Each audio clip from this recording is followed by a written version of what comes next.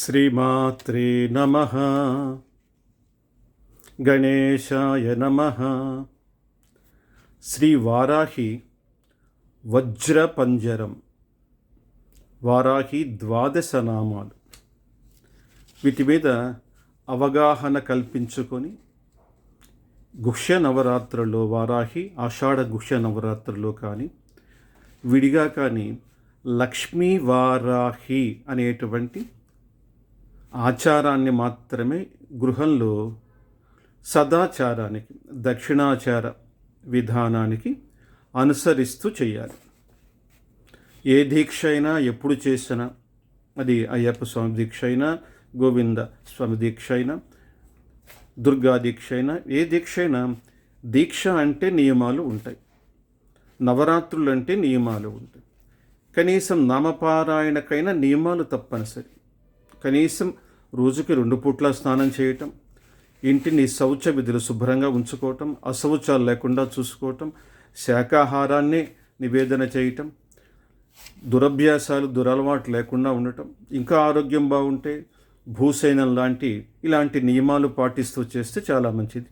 ఏదైనా అనారోగ్యం ఉన్నవారు మానసిక భక్తికి ఎక్కువ ప్రాధాన్యత ఇచ్చి కఠిన నియమాలను కాస్త సరళీకరణ చేసుకొని, ఇక ఆహార నియమాలు శౌచ విధిలో మటుకు ఎవ్వరూ రాజీ పడకుండా ఈ శక్తి మేరకు లక్ష్మీ వారాహి ఉపాసన చేయటం సరళమైన పద్ధతి. ఎలా అంటే, ప్రథమత గణపతికి సంబంధించినటువంటి స్తోత్ర పారాయణాలు చేసి, తదుపరి వారాహి వజ్రపంజర 12 నామ స్తోత్రాలని లక్ష్మీ అష్టోత్తర శతనామాలు ఈ 2 కలిపి, అంటే ఎలా అంటే గణపతి స్తోత్ర పారాయణ అయిన తదుపరి లక్ష్మీ అష్టోత్తరం పారాయణ చేసి, తదుపరి ఇంట్లో ఉన్నటువంటి దేవీ దేవతల సన్నిధిలోనే ఎలాంటి చిత్రపటాలు తెచ్చుకోకుండా అమ్మవారివి ఇంట్లో ఉన్న లక్ష్మీ ఉపాసననే కొనసాగిస్తూ, ఆ లక్ష్మీదేవి, ఆ పార్వతి, ఆ సీతారామచంద్రమూర్తులు, శివ పార్వతుల యందు మాత్రమే వారాహి వజ్రపంజరం అని చెప్పబడింది. ఈ 12 నామాలు. వజ్రం అంటే ఇక్కడ అర్థము అభేద్యము, భేదించలేనిది, అంత స్థిరమైనది, గట్టిది. పంజరము రక్షణ, కవచమును అర్థము. అంటే ఈ 12 నామాలు కాస్త అర్ధస్పృహతో కనుక సాధకుడు అనుసరిస్తే, గురు బోధన అనుసరించి ఎలా అయితే మనకు సంప్రదాయం గురువుగా మనకు అనుగ్రహించిందో, ఈ సరళ సదాచార దక్షిణాచార సంప్రదాయాన్ని అనుసరించి గనక దీక్షగా, ఉదాహరణకి రోజుకి 3 సార్లు రాత్రికాలం లేదా 6 సార్లు 9 సార్లు సాధకులు మీ శక్తి మేరకు ఒక నిర్ణయం తీసుకొని ప్రారంభిస్తే, ప్రతిరోజు రాత్రి స్థానిక సూర్యాస్తమయం తదుపరి ఇంట్లో దీపారాధనాది క్రతువులు పూర్తి చేసి, గణపతికి సంబంధించిన స్తోత్ర పారాయణ ఉపాసన చేసి, తదుపరి ఈ లక్ష్మీ అష్టోత్తర పారాయణం ఒకసారి, తర్వాత 12 నామ పారాయణ, మళ్ళీ లక్ష్మీ అష్టోత్తరం, మళ్ళీ 12. ఇలా మీరు 3 సార్లు చేస్తారా, 9 సార్లు చేస్తారా, 12 అని మీరే నియమాన్ని ఏర్పాటు చేసుకొని 9 రోజులు కొనసాగించాలి. శుచిగా మడిగా తయారు చేసినటువంటి పదార్థాలని అమ్మవారికి నివేదనగా సమర్పించుకుంటే సత్ఫలితాలు. ఇక ఈ స్తోత్రంలోని 12 నామాల యొక్క క్లుప్తమైన వైభవాన్ని మనం తెలుసుకునే ప్రయత్నం చేద్దాం. మొదటి నామం పంచమి అని వస్తుంది. అమ్మవారు పంచమి అనే నామధేయంతో తెలుసుకుంటున్నాం. సహజంగా ఈ అమ్మవారు రాజరాజేశ్వరీ దేవికి దండనాయికి, అలాగే సప్తమాత్రికలు అష్టమాత్రికల్లో 5వ స్థానంలో పంచమంగా ఉంటుంది. ఎలా అంటే బ్రాహ్మీ మొదటిది, మాహేశ్వరి, కౌమారి, వైష్ణవి, 5 పంచమి వారాహి.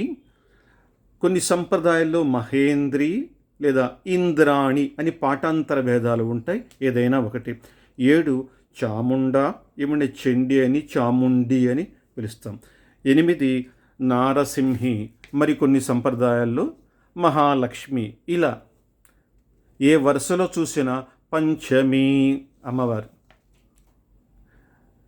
ఇంకొక విశేషం ఏమిటంటే పంచమి తిథి అధిష్టాన దేవతగా కలిగినటువంటి శక్తి. కాబట్టి ఈ ఆషాఢ నవరాత్రుల్లో పంచమి తిథి వచ్చిన రోజు, ఈ 9 రోజులు చేస్తున్నప్పుడు పంచమి తిథి చాలా విశేషంగా అనుగ్రహదాయకంగా ఉంటుంది. ఎందుకంటే ఆ తిథికి ఆధిపత్యం కలిగినటువంటి దేవతగా కూడా మనకు గురువుల యొక్క ప్రతిపాదన. ఇది కాకుండా ఈ నామాన్ని ఉపాసన చేస్తే కలిగే ఫలితాలు చెప్పబడ్డాయి. అవి ఇక్కడ మనకు అప్రస్తుతం. మనకు ఈ సాధన చేయటం చేత మనకు తెలిసినా తెలియకపోయినా అవన్నీ మనకు సిద్ధిస్తాయి. కేవలం ఇది చేస్తే ఇదే సిద్ధిస్తున్నని కోరికలతో కాకుండా అన్ని రక్షణలు పొందుతారు అనేటువంటిది ఒకటి. 2, ఒక్కొక్క నామాన్ని దీక్షగా చేయాలంటే ప్రత్యక్షంగా గురువు ఉండాలి. గురువు మళ్ళీ ఒక ఉపాసన పద్ధతిలో చెప్పాలి, ఆ ఉపాసన రీతిలో చేయాలి. కాబట్టి అంత కఠినతరమైన పద్ధతికి మనకు వెళ్లకుండా సరళంగా ఈ లక్ష్మీ వారాహి సాధన గురించి మనం తెలుసుకుంటూ ఒక్కొక్క నామంలోని వైభవాన్ని మనం అర్థం చేసుకునే ప్రయత్నం చేస్తున్నాం. తదుపరి నామం దండనాథ. ఇది చాలా ముఖ్యమైన నామం. ఆషాఢమునందు దండిని విద్య, మాఘమునందు మంత్రిని విద్య అని మనకు వచనం ఉంది శాస్త్రంలో. పెద్దలు అంటూ ఉంటారు. అంటే అమ్మవారికి మంత్రినిగా శ్యామలాదేవి, దండనాయికగా దండనాదిగా వారాహి, ఇద్దరు ఇరువైపులా ఉండి ఈ సృష్టి నిర్వహణలో ఉన్నారు ఈ 2 శక్తులు. కాబట్టి దండనాథ అంటే శిక్షించే అధికారాన్ని ధరించిన సేనాధిపతిగా తల్లి ఇక్కడ మనకు దర్శనమిస్తుంది. కాబట్టి ఈ నామం దండనాథ. మళ్ళీ ఈ నామానికి ఉపాసనా పద్ధతులు రీతులు ఉంటాయి. ఇక్కడ మనకు అప్రస్తుతం. తర్వాత నామం 3వది సంకేత. అద్భుతమైనటువంటి నామం. రహస్య సంకేతాల స్వరూపిణి ఈవిడ. ఏ స్తోత్ర పారాయణాలు మనం వింటున్న మంత్రతంత్ర శాస్త్రాల్లో గుహ్యాత్, గుహ్యపరం ఇలా మనకు వస్తూ ఉంటాయి ఎక్కడ చూసినా. కాబట్టి రహస్యంగా కొన్ని సంకేతాలు ప్రతి స్తోత్రంలో, గ్రంథంలో మంత్రార్థ రూపాలతో అనేక సాధనలతో మహర్షులు మనకు అందించారు. ఈ సంకేత స్వరూపం, రహస్యమైనటువంటి స్వరూపం ఎవరు అంటే చిహ్నము, గుర్తు. సంకేత అంటే అర్థం. ఆ చిహ్నముగా గుర్తుగా ఉన్నటువంటి శక్తి కూడా వారాహి. ఇవిడికి ఇది 3వ నామం. ఇక 4 సమయేశ్వరి. సమయాచారం అని చాలా ప్రముఖమైనటువంటి ఆచారం. మనకు శాక్తేయ సంప్రదాయంలో 3 ప్రధానంగా మనం చర్చించుకునేటువంటి అంశాలు కనపడతాయి. 1 కౌలాచారం, 2 మిశ్రమాచారం, 3 సమయాచారం. ఈ 3 విధానాలు చాలా ప్రముఖంగా మనకు గోచరిస్తూ ఉంటాయి.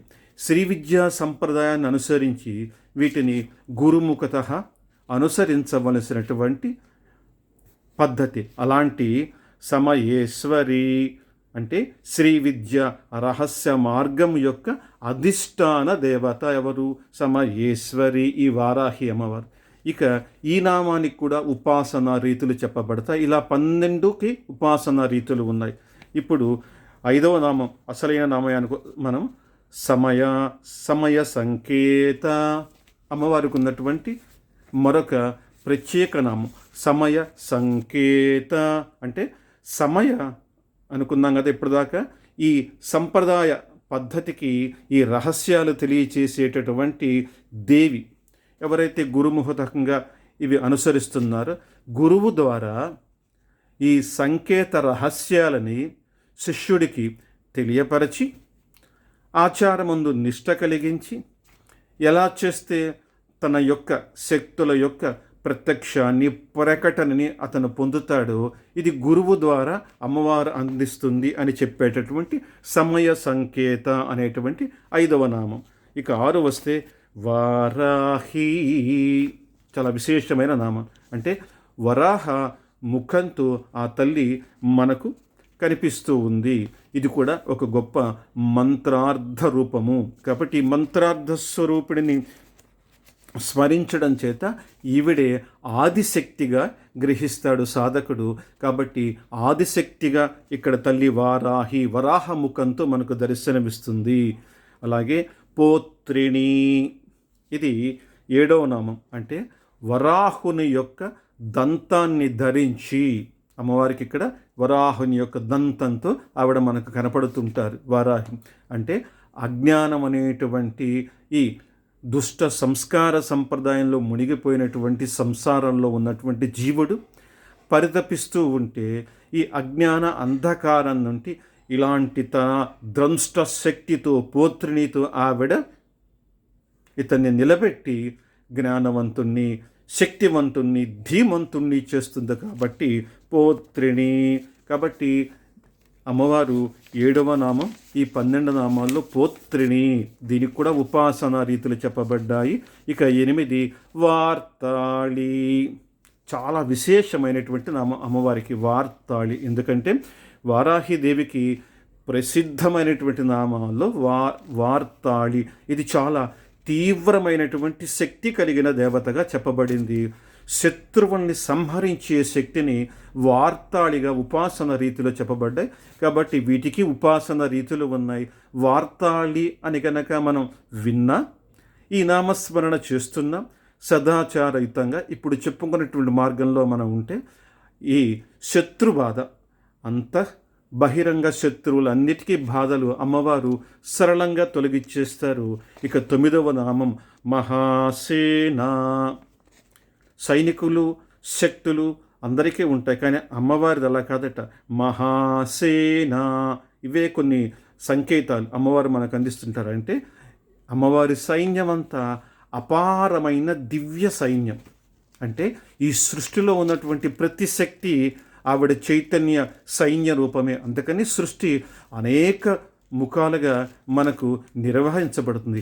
ఈ విశ్వ బ్రహ్మాండాన్ని పరిశీలిస్తే ఎన్నో శక్తులు వందలు, వేలు, లక్షలుగా మనకు గోచరిస్తూ ఉంటాయి. ఒకే మూలా నుంచి వచ్చినటువంటి శక్తులు విజృంభిస్తూ ఉంటాయి. ఇవన్నీ కూడా ఆ తల్లి యొక్క సైన్యాధిపతిగా ఉండి ఈ మహాసేనని ఆవిడ నడుపుతున్నారు అని అర్థం చేసుకుంటే, ఇక ఇందులో కూడా అనేక ఉపాసనా రీతులు, రహస్యాలు దాగి ఉన్నాయి సుమ. తర్వాత ఆజ్ఞ, దైవం చెప్పే ఆజ్ఞ రూపిణి.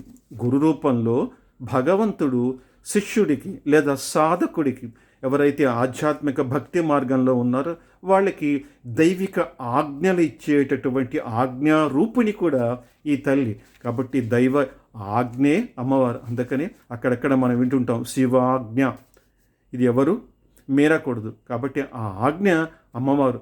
ఒకవేళ ఆజ్ఞని మీరితే, అంటే ధర్మాన్ని అతిక్రమిస్తే వారి యందు అమ్మవారికి ఉగ్రత కలుగుతుంది. కాబట్టి ఆ శక్తి ఆజ్ఞ. 11 చక్రేశ్వరి, శ్రీచక్రానికి అధిపతి అయిన దేవి. ఈ తల్లి శ్రీచక్రంలో ఉన్నటువంటి రాజరాజేశ్వరి అంశరూపిణి. కాబట్టి శ్రీచక్ర మార్గ విద్యలో ఈ తల్లి మనకు శ్రీచక్రంగా ఈ నామంతో అనుగ్రహిస్తుంది.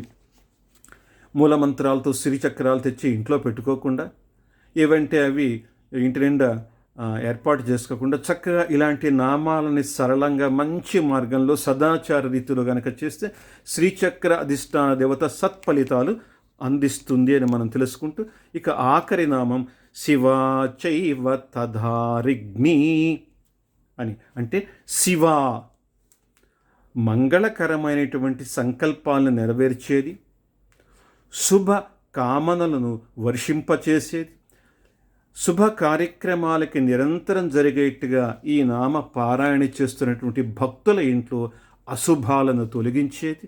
ఇలా సర్వం శుభాలను కలిగిస్తూ ఉన్నటువంటి ఈ శక్తి శివ చైవ తదారిగ్ని. అంటే సంపూర్ణంగా శత్రువులను కూడా సంహరిస్తుంది. కేవలం శుభాలని కలిగించడమే కాకుండా శుభాలకి ఆటంకాలైతే ఏవైతే ఉన్నాయో శత్రువులుగా, మంగళకరంగా జరగాల్సినటువంటి పనులకు వ్యతిరేకమైన అమంగళాలని, శత్రువులని బాధించేటు శత్రువులను కూడా సంహరించే ఏకైక శక్తి. కాబట్టి ఈ 12 నామాలని ఎవరైతే ఈ కాలంలో పారాయణ చేస్తారో, లేదా నిత్యము లక్ష్మీ వారాహి దృష్టితో పారాయణ చేస్తారు, వారి యందు ఈ తల్లి పరిపూర్ణమైనటువంటి అనుగ్రహాన్ని ఇస్తుంది. ఇక ఫలశ్రుతిలో అనేకం చెప్పబడ్డాయి. ఈ తల్లి వల్ల భయాలు తొలగుతాయి, మరణభీతి పోతుంది, రక్షణ కలుగుతుంది, ఎన్నో అంశాలు, శత్రువులు నశించిపోతారు, కష్టాలు తీరిపోతాయి.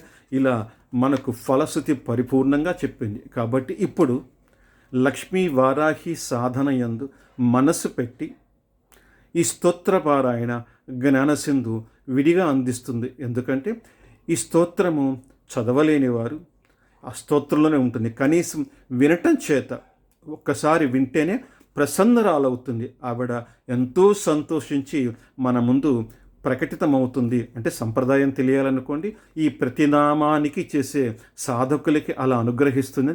కాబట్టి భక్తితో, సదాచారంతో, నిష్ఠతో కనుక అనుసరిస్తే సత్ఫలితాలు తథ్యం. కాబట్టి అందరూ యథాశక్తి, మళ్ళీ చెప్పుకోండి, మీ నియమాల్ని మీరే, మీ సాధన మీరే నియమించుకోండి. 3 సార్లు చేస్తారా, 6 సార్లు చేస్తారా, 9, 12 అని నియమం పెట్టుకోండి. ఒకసారి సమయం చూసుకోండి. ఇక ఈ 9 రోజులు వారాహి నవరాత్రులు మీరు మీ ఇంట్లోనే సదాచారయుతంగా, ఎవరైతే పారాయణ చేయలేరో జ్ఞానసింధు అందించిన యూట్యూబ్లో పారాయణ పలుమార్లు విని సత్ఫలితాలు పొందగలరు. శ్రీమాత్రే నమః.